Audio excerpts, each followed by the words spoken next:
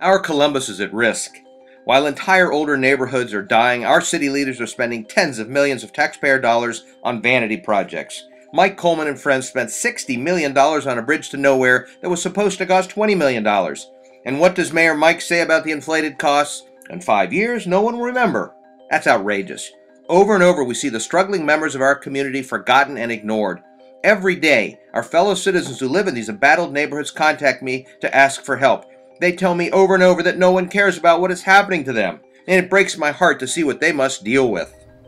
This is the kind of problem that is plaguing our city and that I absolutely think has to be addressed. We cannot have a viable and marketable city when it's a city full of vacancies and deserted properties, and rapidly one of the largest landowners becoming the city of Columbus itself.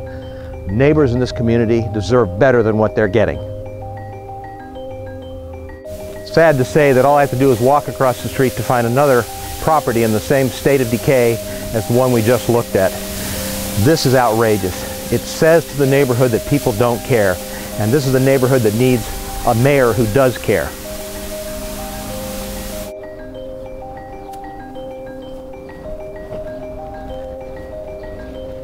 Here you have neighbors in this difficult neighborhood who have obviously invested to try and improve their home.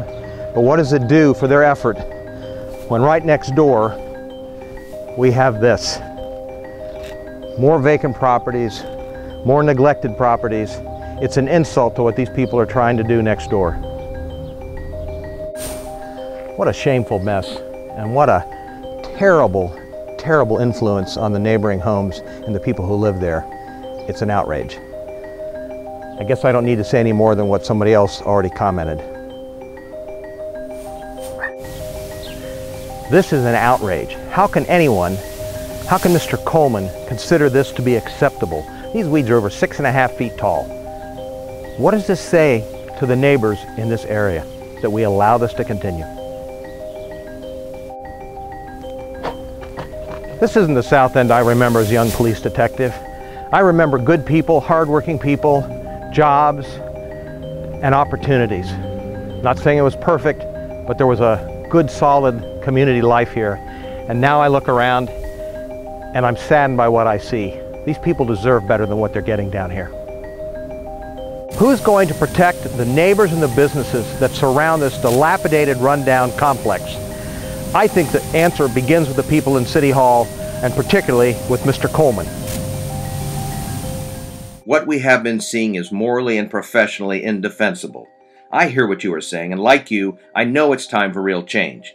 I am ready to be that change and to lead from the front, not from an office.